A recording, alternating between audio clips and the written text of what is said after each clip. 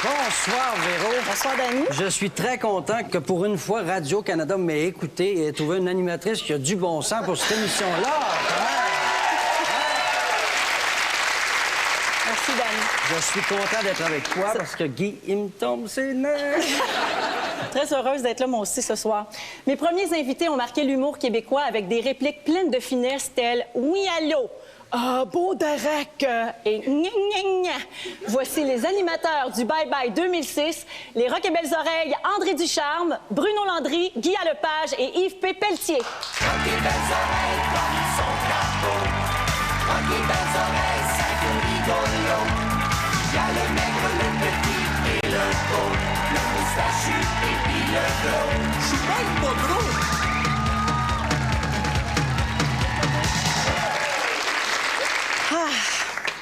Bonsoir, messieurs. Allô. Bonsoir. Alors maintenant, vous comprenez pourquoi c'est moi qui vais animer cette première entrevue. C'est moi qui vais poser les questions parce qu'on ne voulait pas perdre l'occasion de passer Guy Lepage dans le tordeur.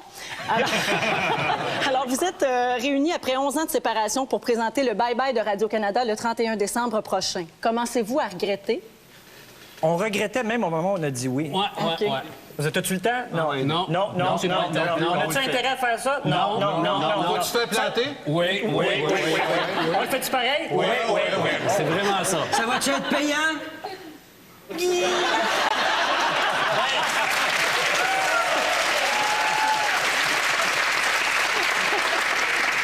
Le Bye Bye a été en ondes à Radio-Canada de 1968 à 1998. RBO s'est séparé il y a 11 ans. Vous allez donc ressusciter deux institutions. Êtes-vous conscient que vous pourriez tuer définitivement les deux? Oui, tu as tout à fait raison. Rock et Belles Oreilles, il y a bien du monde qui aime ça, qui ont tous les DVD, les CD. Et effectivement, on est un peu en compétition avant nous-mêmes, mais encore là, on a considéré ça, puis on s'est dit, on le fait pareil. On l'assume. C'est quand même difficile de vivre avec ça parce que c'est beaucoup de travail pour le résultat et toute la pression qui vient avec. Donc, qu'est-ce qui vous motive tant que ça? Le fun de travailler ensemble, c'est juste ça. C'est juste ça. On peut annoncer en primeur, d'ailleurs, que l'émission va être niaiseuse, parce qu'à nous quatre, on a un range de niaiseux absolument incroyable. On a 100 mieux de pas. Non, ça, c'est vrai. Ça veut pas dire nécessairement drôle. Non, mais c'est vrai, il y a 25 ans, ça pouvait passer pour de l'humour un peu adolescent, mais aujourd'hui, à l'âge que vous avez, avec les carrières que vous avez... Ça devient de l'humour attardé un peu, oui. Ouais. Là, ce que vous êtes en train de faire, c'est que vous faites baisser les attentes. Oui. Oui, exactement, c'est stratégique. Non, mais je peux te révéler un punch. C'est un bye-bye révolutionnaire, Véro. C'est qu'on va jouer sur l'émotion, l'intensité et le drame. Tu comprends? Ouais. C'est fini le bitchage, là, puis Terminé. de dénigrer. Non. Ça va être un gigantesque hommage à l'actualité, aux grands de ce monde, aux crosseurs, à tous ces gens-là qui font de l'argent sur notre dos ou qui utilisent leur pouvoir à mauvais escient. Ce sont des bonnes personnes et nous allons leur rendre hommage. Voilà. Ça fait Avec trop des longtemps violons. qu'on n'a pas vu ça. C'est un genre de donner au suivant, finalement. Oui, exactement.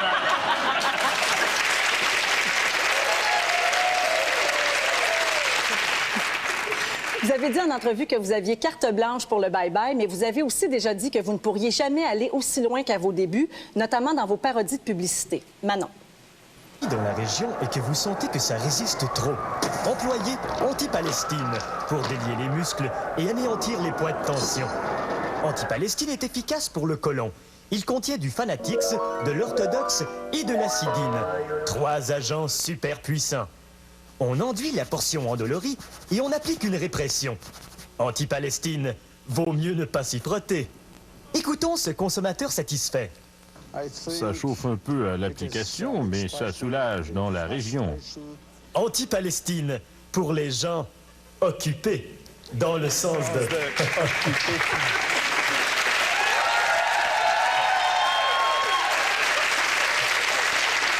Tu sais, il y a des chansons qui ne vieillissent pas. Eh bien, ce sketch-là ne vieillit pas.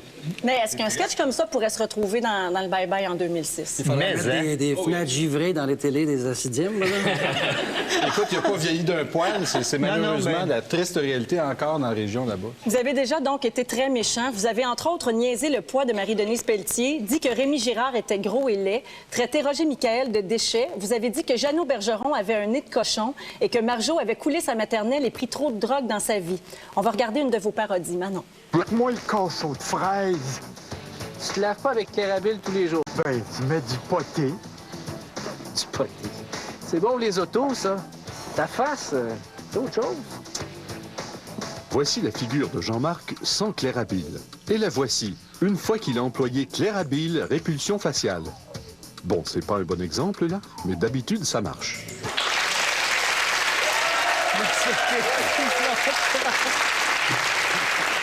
Guy, tu as sévèrement critiqué Jeff Fillion sur ce plateau. Quelle est la différence entre traiter Jean-Marc Parent de gros boutonneux et de face en stucco et ce que dit Jeff Fillion? Je dirais que Jeff Fillion, premièrement, c'est pas un humoriste. Et quand il fait des affirmations comme ça, il n'y a même pas le début d'une virgule de commencement d'humour.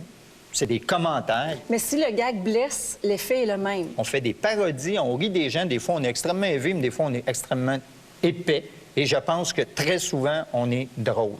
Alors, nous, on se dit, ces personnes-là vont continuer à exister et on ne fait pas d'acharnement. RBO ne s'est pas acharné sur des gens pendant des années et des années parce que nous-mêmes, on se tannait de faire des jokes sur les mêmes personnes ou sur les mêmes sujets. À part Belgazou. Encore là, Belgazou, sérieusement, j'ai fait une recherche quand j'ai fait Humour PQ. Mettons, sur 3 ans de TV, il y avait peut-être eu 7 gags. Même pas 7 sketchs, 7 gags. Ça, c'est moins qu'une émission de Piment Fort. Sur laquelle travaillait André. Moi-même, j'en ai reçu des gags, puis tu reçois le gag, tu fais « Oh boy, c'est raide », puis pendant un petit bout de temps, tu dis « Ouf, ouais, il aurait peut-être pu laisser faire le gag », mais en même temps, c'est un gag. Puis je pense qu'il y a une fonction dans une société qui est une fonction d'humoriste. Si on faisait une émission d'affaires publiques puis on avait les mêmes propos, là, je te dirais, oui, c'est condamnable. Parce que de toute façon, c'est pas ça que je pense personnellement, mais je pense que c'est drôle. Voilà. Et ça se peut que ça soit pas drôle pour tout le monde. Ça se peut. Ouais, ça, c'est juste normal. Hein? Oui, mais quand tu t'appelles humoriste, puis l'autre, il s'appelle animateur de radio, à moins qu'ils disent l'émission humoristique de Jeff Fillion, à ce moment-là, je vais dire, OK, ce gars-là, il fait des blagues. Mais sinon, ben là, non, c'est d'autres choses. Mais pensez-vous que ça passe moins bien aujourd'hui, ce genre d'humour-là? On va savoir ça le 2 janvier. Vous avez lancé 2 CD la semaine dernière de disques et de tunes de sketch. On peut y entendre des extraits de spectacles, vos premières chansons et des extraits de vos débuts à la radio. On va réécouter quelques-uns de vos grands succès. Tous les soirs, je sors dans les bars. Tous les soirs, le feu sauvage, le feu sauvage de l'amour, la vie du baiser, le feu sauvage de l'amour, le feu sauvage. Bonjour la police, bonjour la police, bonjour la police. Hey, viens. Bonjour la police, bonjour la police, bonjour la police. Circulationnez, je vous prie. I want to find. Isn't the reason that I speak in English? I want to find.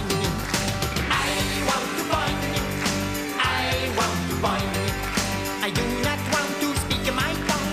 I just want to find.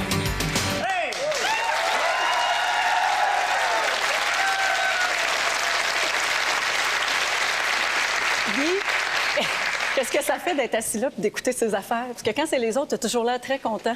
Ah, c'est la même chose. Je suis très content d'écouter ça. T'avais la même face. Non, mais c'est ça, mais c'est même pas de la nostalgie, c'est du plaisir de regarder une affaire avec le recul qu'on n'avait pas quand on le faisait. Fait que quand des fois, je rencontre du monde sur la rue qui nous raconte des jokes, je trouve ça très touchant. Mais vous le gardez vivant à RBO quand même. Vous avez jamais vraiment arrêté. Vous avez toujours eu des lancements de DVD, des lancements de coffrets.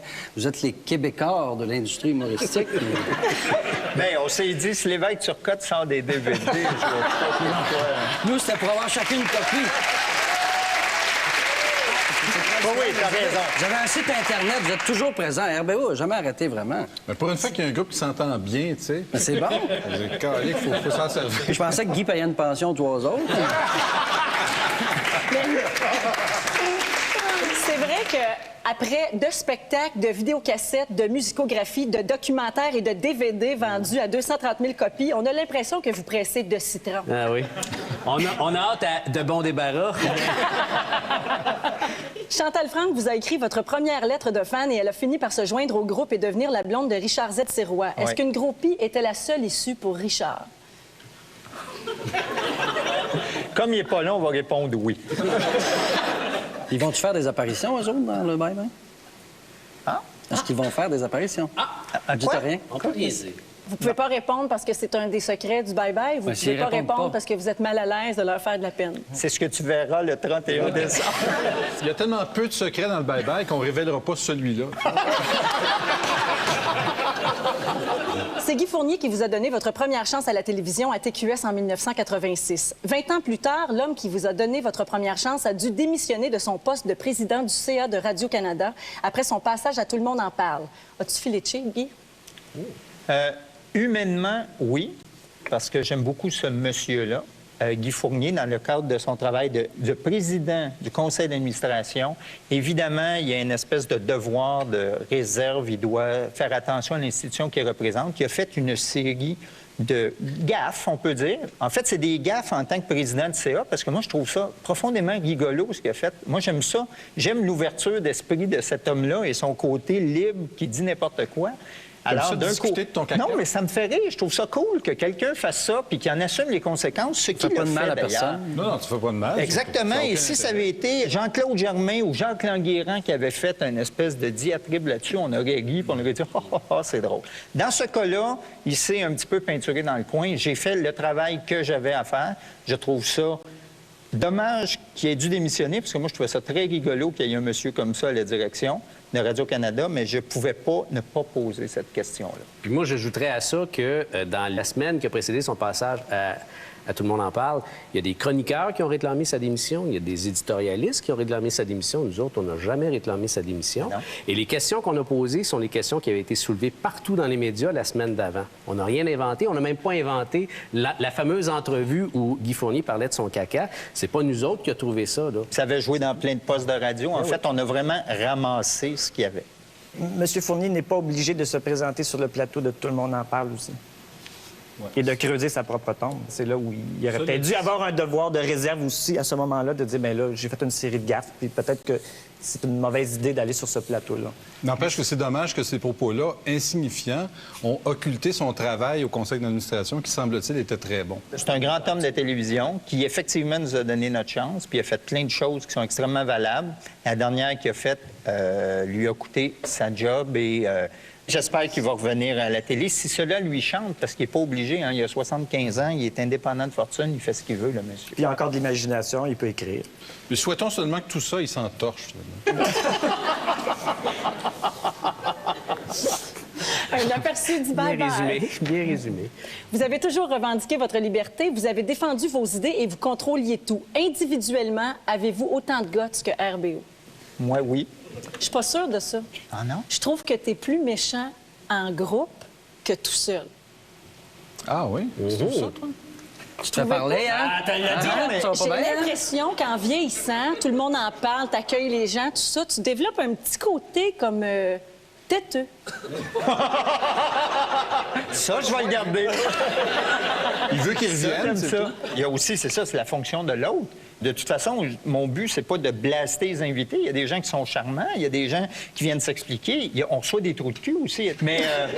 Mais ces personnes-là, quand tu les invites, c'est pour qu'eux autres parlent. Tu as le droit de répliquer puis tout ça, sauf que tu as une fonction d'autre. Moi, quand j'invite des gens dans ma maison, je me sens comme poli comme un autre. La différence, c'est que tu n'invites pas chez toi des gens que tu n'aimes pas, alors qu'ici, tu es obligé de le faire. Effectivement, ça s'appelle un travail. Véro, ça fait partie de la fonction d'être têteux. OK, Essaye ça. je retiens ça. C'est une grosse façade, ce gars-là. C'est le gars le plus généreux quand on le connaît, le plus gentil, le plus affable qu'on connaît. Mais des fois, il parle fort puis il choque, tu sais. C'est juste qu'il choque puis il va sacrer puis il va parler fort. Puis les gens vont retenir juste le petit côté baveux, frondeur. Il y a une face à fesser dedans. Qu'est-ce que je te dis? Merci, Bruno. Il dit qu'il a peur de se faire couper sa pension.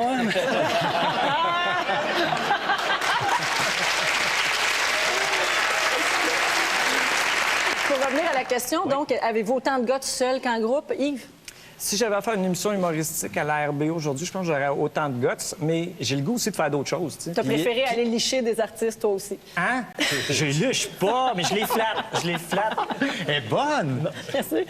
J'ai trouvé quelqu'un me remplacer, je prends des vacances. Yeah! Non, mais moi, si j'ai accepté ce projet-là, tu vois, c'est parce que j'adore, sans niaiser, les créateurs. J'adore savoir pourquoi les gens font les choses, comment ils les font. Tu sais, je trouve que ça va très bien avec le métier d'humoriste aussi. Tu sais, je peux très bien rire des choses, avoir un sens critique qui se manifeste dans l'humour. Mais j'ai aussi, là, peu importe ce que le monde fait, à un moment donné, j'ai interviewé Richard Abel. Moi, c'est pas ma tasse de thé du tout, Richard Abel, mais j'ai une sincère admiration devant le bonhomme, sa persévérance, puis aussi son intégrité artistique. Lui, il aime ce qu'il fait, là, puis il est tout à fait assumé. J'étais content de l'interviewer. Mais dans le bye-bye, on va en rire, par exemple. Ben oui, tu peux rire de Richard Abel, même si tu l'as rencontré. Exactement. Dans ma tête, à moi, c'est vraiment des fonctions différentes. Mais ma démarche est toujours la même. Moi, je dis ce que je pense, que ce soit quand j'écris un sketch, que ce soit quand je parle dans l'oreille à Guy de Tout le monde en parle, que ce soit quand j'anime à la radio, je dis ce que je pense, puis j'assume. Par contre... Qu'est-ce que tu dis dans l'oreille? J'ai dit ça d'affaires. Tu dis des affaires. J'ai dit des affaires. Regarde, ton zip est Des fois, moi, je suis à la télévision, là, je regarde, je dis, là, André, il dit quelque chose dans son oreille. Je sais qu'il dit quelque chose, là. Il n'a pas trouvé ça tout seul, je suis sûr.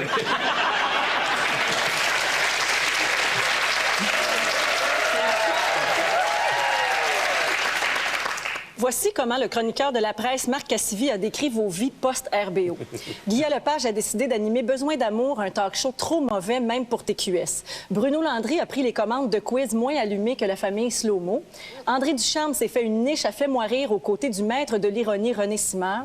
Et Yves Pelletier s'est perdu dans la brume d'un film de vampire pas très comique. On pourrait aussi ajouter à cette liste Méchante semaine, le spectacle Yves et Martin, le spectacle solo de Bruno. Avez-vous déjà pensé que vous étiez pas grand-chose sans RBO? Je te dirais oui, je te dirais qu'à ce moment-là, je le pensais. Parce que je sortais de Méchante semaine, j'avais mangé une claque, et c'est la première fois de ma vie que j'ai écrit à un journaliste. Je lui ai écrit, j'ai dit, garde, je vais t'envoyer mon CV. Il m'a réécrit, il m'a dit, excuse-moi, c'était une joke. Alors j'ai écrit, j'ai dit, tu vois, c'est pas évident à faire des jokes. C'est tout. Bruno, tu as effectué un retour dans la peau de Ringo Rinfret en 2003 avec un disque solo que tu avais prémonitoirement intitulé « N'achetez pas ce disque ». Oui. Est-ce que le clown est triste? Pas du tout. Moi, j'ai eu beaucoup de plaisir à faire ce projet-là. J'ai continuellement travaillé avec des gens qui m'ont inspiré, puis j'ai toujours fait des projets que j'aimais, puis ça en faisait partie. Là, je travaille sur un pilote télé qu'on vient de terminer un montage. C'est drôle, c'est super bon. C'est porteur, mais surtout, j'ai tellement de fun à travailler avec les deux gars avec qui je l'écris, puis j'ai fait la conception, que je m'en fous si ça marche ou pas. J'ai trop de fun à faire ça. Fait que, non, j'ai aucun regret d'avoir fait ça. Aucun. André, tu as participé à l'écriture d'un gars, une fille, du film Camping sauvage, des galas de la disque et de Tout le monde en parle. As-tu l'impression de vivre dans l'ombre du menton de Guy? Je dis souvent que je suis un sous-Guy. Non, honnêtement, moi, premièrement, être en avant ou être en arrière, je m'en sac complètement. Ça m'indiffère. Le succès, je l'ai eu, c'est correct, et je suis pas toujours à l'aise avec. Fait qu'il y a des affaires que je serais pas capable de faire. Je serais pas capable de porter Tout le monde en parle de la façon que Guy le porte. Je serais pas capable de vivre les controverses dans lesquelles il est pogné des fois. Alors, j'aime mieux le supporter là-dedans que d'être en avant puis de recevoir ce qu'il y a à recevoir des fois par rapport à Tout le monde en parle. Et j'ai aussi mes affaires à moi. Fait que, regarde, je dis toujours, j'ai comme une sous-carrière avec Guy, puis j'ai ma carrière à moi. Je fais les deux, puis that's it, je suis bien content là-dedans. Puis moi, je dirais que les 3 dernières affaires que j'ai fait, les galas de la disque, Camping sauvage, Tout le monde en parle, je les fais grâce à André. Je les aurais pas fait sans lui. C'est mon ami, c'est mon complice. Si vous aimez ce que je fais, c'est grâce à André. Et si vous aimez pas ça, ben c'est à cause de lui et carré mon truc.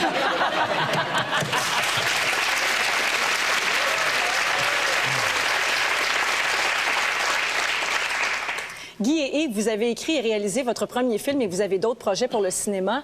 Yves, quand tu as fait Les Aimants, trouvais-tu que la barre était basse pour faire mieux que Camping sauvage? C'est 2 films totalement différents. C'est pas le même genre. Moi, dans mon cas, il a fallu que je me batte pour faire passer ce projet-là parce que j'arrivais avec un autre ton d'humour. C'était pas de l'humour à se taper sur les cuisses. Puis c'était de l'humour sentimental. Puis, tu vois, le projet de... J'ai joué dans Camping sauvage. On fait tout le temps ça. Guy a joué dans Les Aimants. Aussi, André a joué dans Les Aimants. Depuis qu'on a arrêté, on a été dans tous les quiz de Bruno, dans toutes les émissions d'André, dans tous les projets de Yves. On est là individuellement ou ensemble en tant que groupe ou en tant que comédien, auteur. On est comme ça, on se tient. On est des alliés et c'est sûr que c'est pour la vie. Guy, tu donnes ton opinion sur tout, tu accordes ta bénédiction aux projets et artistes que tu aimes et tu animes la grande messe dominicale à la télévision. Te prends-tu pour le pape du showbiz? Oh shit, non. Puis je pense que c'est important d'avoir des opinions affirmées, puis il faut avoir l'humilité de dire quand tu t'es trompé, ce que je fais souvent, puis d'être intéressé à des choses... Un exemple où tu t'es trompé. Oh, si bol, ça m'est arrivé souvent. Ouais, comme? Ben, de lancer un trophée, par exemple. Oui. Est-ce que tu t'excuses encore, Richard? Regarde le Kodak, dis excuse-moi, Richard. Hey, je l'ai vu, salut! Hey, ne te change pas de sujet. Non, mais... Je t'ai Au parlé? moment où il a lancé le trophée, là, moi, j'étais en train de faire la promotion de mon film à Rouyn-Noranda. Le fief. C'est toi qui de l'as Richard reçu. Desjardins. J'ai passé mon week-end à essayer de défendre Guy, alors que je t'avais pas vu. Puis ensuite, quand je l'ai vu à l'écran, j'ai dit « Oh, Christy, j'aurais pas dû le défendre. »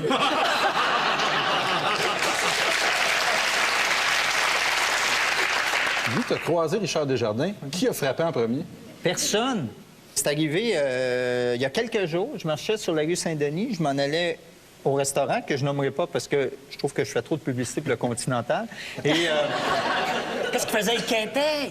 Non, il était à la sortie d'un bar, il fumait une cigarette, puis il m'a reconnu avant, puis il a dit « Bonsoir, Monsieur Lepage ». Puis là, j'ai arrêté, puis j'ai dit « Bonsoir, comment allez-vous? » Il dit « Ça va très bien, vous? » J'ai dit « Ça va très bien, monsieur. Je souhaite une belle soirée. » Il disait « Vous aussi. » Puis là, on était crampés. Vous êtes réconciliés! Mais on a nos fragilités. Moi, je pense que c'est réparé, mais c'est un peu comme dans le loft. Il va falloir qu'on aille se parler encore. C'est pas... Ben, Frenchez-vous, faites comme eux autres. Le bye-bye de RBO est dans un mois. C'est trop long pour attendre. Entrevue Bye-bye 2006. C'est l'horrible bye-bye. L'atroce bye-bye. L'horrible bye-bye. Je vous nomme des événements qui ont marqué l'année 2006 et je veux savoir ce que les gars de Rock et Belles Oreilles en pensent. L'interdiction de fumer dans les bars. Regarde, si Richard Desjardins avait eu le droit de fumer dans le bar, Guy ne l'aurait pas rencontré la semaine Exactement. passée. Ah oui. Puis j'aurais pas pu raconter cette savoureuse anecdote de début d'amitié. Beau lien. Que pense RBO d'André Boisclair qui devient chef du PQ et maintenant humoriste? Moi, honnêtement, dans cette histoire-là, il me déçoit beaucoup. C'est que, et je suis d'accord avec le fait qu'il ait fait le sketch, je trouve que il l'a renié trop vite, son sketch, qu'il s'assume. C'est tout ce qu'on demande à des politiciens, c'est de s'assumer. Et là, au bout de 24 heures, parce que sœur Berthril Bombardier a décidé que c'était pas correct de faire ça. Non, mais c'est vrai. Il recule à cause de ça, c'est ridicule. Ridicule. C'est vrai. Je partage entièrement ton point de vue. Que pense Rock et Belles Oreilles de la sortie de Guy Cloutier? De la sortie de prison. Tu trouves pas être ton père, ça? Oui. Ah, bien, tu vois, elle fait son métier. Moi, j'ai une réponse. Je trouve qu'il est sorti trop tôt. Mais je pense en même temps que la vraie prison, c'est maintenant. Que pense RBO de l'échange de José Théodore? Tu vas-tu faire le tour de la famille au complet?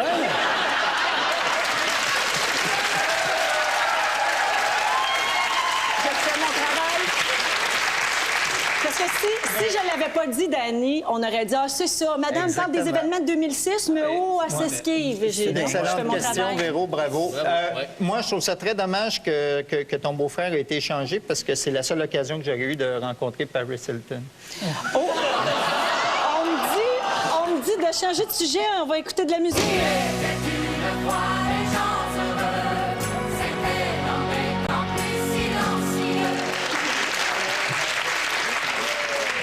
Hey, ils sont partis sur le Q, c'est merveilleux. Que pense le RBO de la performance des Dion chez Éric Salvaille? C'était fantastique. Bien, écoute, l'humain que je suis a trouvé qu'il faisait pitié la première fois, mais vraiment, là, j'ai dit « Ah, tabarouette! Ah, pauvre madame! » Puis quand je l'ai revu la deuxième, la troisième et la septième fois, j'ai franchement rigolé. C'est vraiment une des affaires les plus drôles que j'ai vues. Puis en même temps, ils sont attachants, mais c'est hurlant de rire. Écoute. On est rendu qu'on sait les Q, on dit « Regarde, regarde, regarde! » Mais il faut avoir chanté live à la télé pour comprendre. Ben oui. ce qu'ils Ben ont oui, vécu, mais ils ont juste à assumer. Ils ont décidé d'y aller à la TV. Ils se Absolument. trompent à la TV, c'est drôle. On rit, c'est tout. Absolument. Cela dit, il n'était pas obligé de chercher à mettre la faute sur le directeur musical, les moniteurs. alors que quand la madame fait ça, on entend très bien son micro fait pom, pom, pom, pom. Et tout le monde qui saute à côté, il marche pas sur le micro. Moi, c'est Maman Dion, je l'adore. Maman Dion. Ah, moi, j'aimerais ça le visiter n'importe où avec elle à côté de moi qui fait des commentaires. Je la trouve hyper drôle. Un livre ouvert. Ah oui, qui dit, elle l'a pas. Elle l'a raté. Elle l'a pas. Elle l'a J'ai pas. toujours dit qu'elle était pas bonne, hein. Elle devrait pas chanter.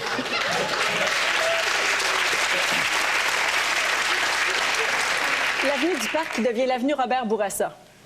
Pourquoi pas? Pourquoi pas? Écoute, s'il y avait 3 rues à Montréal, tu me disais, est-ce que Robert Bourassa en mérite une? Je te dirais non.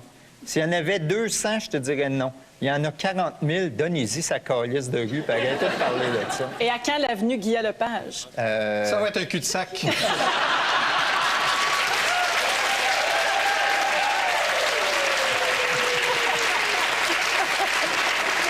Quand même donner une carte au groupe. Hey, t'as donné à qui? Moi, je la ferai lire par André, il y a juste lui qui a du bon sens dans le groupe. Je me rends pas.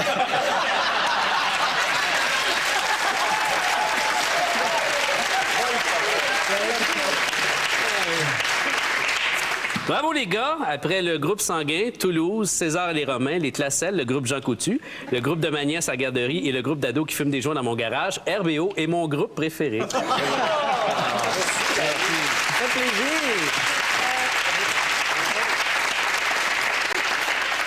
Véro, est-ce que tu restes avec nous? Non, malheureusement, je ne peux pas. Eh bien, merci beaucoup, tout le monde. Je vais vous quitter. Merci Véro. infiniment. Merci, Véro. Merci, Guy, pour la belle expérience. Merci beaucoup, Merci, André. Véro. Bravo, bravo. Merci. Après la pause, Anne-Marie Lozic. Je le dis pour une dernière fois, je vous jure, je ne parle plus jamais de Ben Affleck. C'est un jeu pour la télé, on l'a fait souvent. J'ai eu plein d'entrevues avec lui. Ça a toujours été un jeu. Ça a commencé avec Good Will Hunting et ça s'est Moi, je poursuivi. t'avoue, j'arrêterais ce jeu-là parce que c'est pas drôle.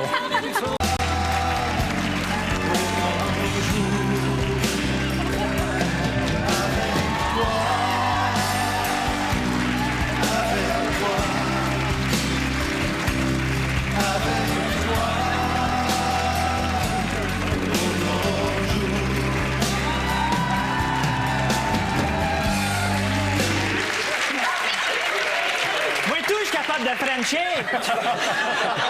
Tu vas avoir plein de bobos. Ça, c'est méchant. Est-ce que ton party a levé, Yves? Ou... Oui, pas pire.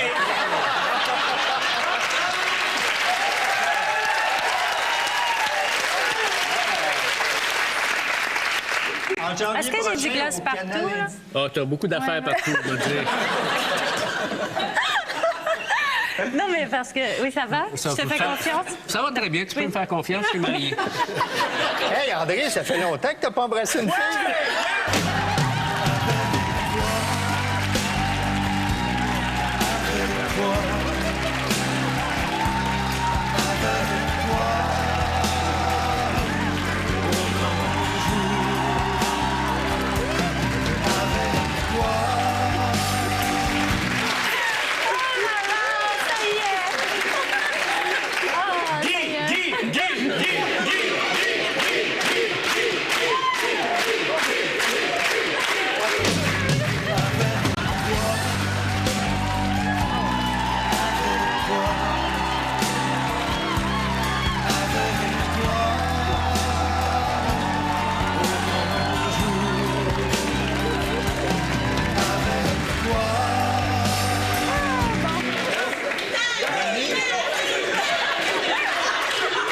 Non, ça suffit, là. C'est Non, non, moi ça qui me- suffit. J'aurais l'impression de fouiller dans les poubelles.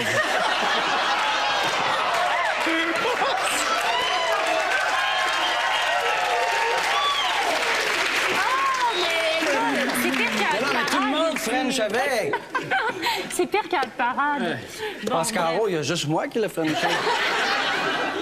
En janvier prochain, au canal Indigo et partout Comment dans ça le fait monde, chaud, là? on pourra Oui. voir ton nouveau docu-moqueur Bimbo, fantasme et j'ai- réalité. J'ai inventé ce mot. Hein. Un docu-moqueur. Voilà, j'explique. Oui. Je reprends mon souffle, j'explique. Vous avez Non, tous du gloss maintenant encore.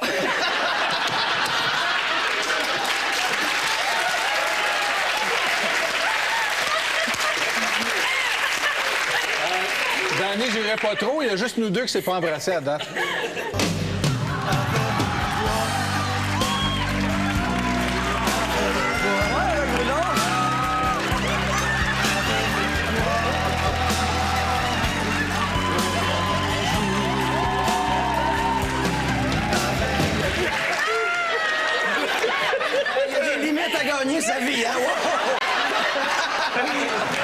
que mon bluff marche.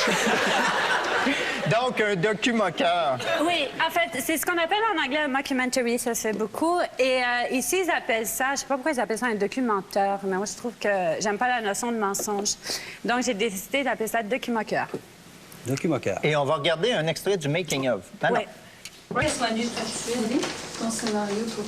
Attends, le scénario, un instant, s'il te plaît. On va faire les dormants avant. OK. Ah, ça, c'est mignon, j'adore. C'est sexy à maudit, là. Mais toi, t'es à... Non, il faut qu'elle mette sa robe de la crèmerie, au film. Ah, vous êtes tellement perdus. OK. Oui, le sac. Avec les manteaux. Moi, je vais te prendre ça. Déshabille-toi. OK. Excuse-moi, s'il te plaît. Non, parce que j'ai la tête ailleurs. Ça te rafle un peu, hein? Là, t'as Denise Filiatro de la porno. Hein? Ça donne ses ordres. Une chance, t'avais des lunettes. On n'aurait jamais su qui est la productrice là-dedans.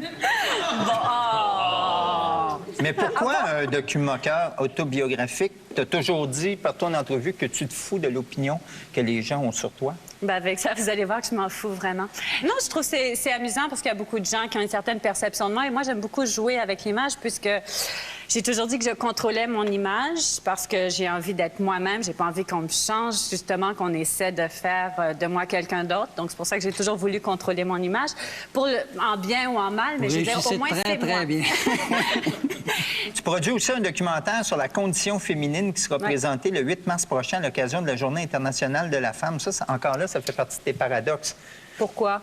De la télé sexy, la condition féminine. Je vois pas où est le paradoxe. C'est parce que t'as quand même une image particulière de femme. Je veux dire, Ben, je peux t'expliquer t'arrives ma sur un question. plateau de télé, tu frenches 5 gars à TV. 3. 3, mais je veux dire, il en reste 2.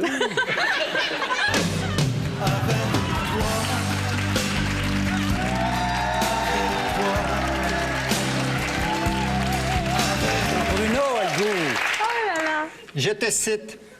J'aimerais aller en politique afin d'apporter quelques changements aux structures de la société. C'est ce qui m'intéresserait dans ce domaine. Dans quelle partie? Je sais pas encore. J'aime... mais je suis dans une phase un peu pessimiste, là. Je lis des livres comme L'humanité va disparaître, Bon débarras, des choses comme ça. Tu sais, je crois qu'on est presque rendu trop tard pour changer les choses. Donc, t'aimes mieux Donc, je sais divertir pas. qu'intervenir, finalement. Non, on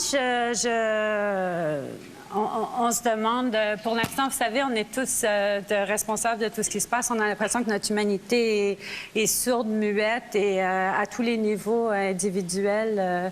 Je veux dire, on laisse des gens crever de faim puis on jette de la nourriture tous les jours. Moi, ça me dégoûte tellement. Anne-Marie, tu parraines un loup. Oui, j'ai parrainé un loup. Ça, c'est important. Mais c'est important. Écoute, c'est très important. Ben oui. Le loup a Je été comprends. une espèce en voie de disparition en Parrainer Europe. un enfant, c'est si bol, voyons donc. Non, mais elle dit elle-même. Hey, tu frencheras pas, toi? Non. C'est pour ça que je suis de même, j'ai assez peur. Tu sais, ça, c'est un discours stupide parce Oui, vas-y. que... Oui, excuse-moi. Au début de la création de la Terre, il y avait 1 milliard d'espèces. Aujourd'hui, il en reste 10 millions. Et nous, on fait partie de ces espèces-là. Chaque espèce qui disparaît, c'est nous aussi. Donc ça, c'est vraiment stupide de dire des choses comme ça parce que tout acte est important. Oui, absolument, mais qu'est-ce que c'est que ce parrainage de loup-là? C'est pour la réinsertion du loup en Europe. OK, en Europe en plus. Ben, les loups, ça n'a pas de frontières, que ce T'adores. soit n'importe où. D'ailleurs, c'est un loup canadien, pour que tu saches. Parrainerais, moi. Oh!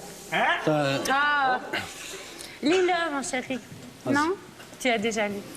Bon, alors, là, je dois lire à voix haute. Oui. Tu l'as déjà vu, l'émission Yo?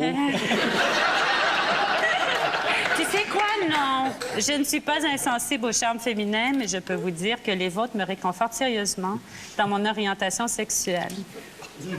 On doit rire. Mais ils sont toujours clairs. Merci, Anne-Marie. Tout de suite après la pause, François Havard. J'aime à croire que je peux dire tout ce que je veux. La preuve, encore cette semaine, où je bâche le Journal de Montréal du début à la fin de la chronique. Je suis une espèce d'herpès de Big Shot. Et cette condition-là me dérange pas. Au contraire,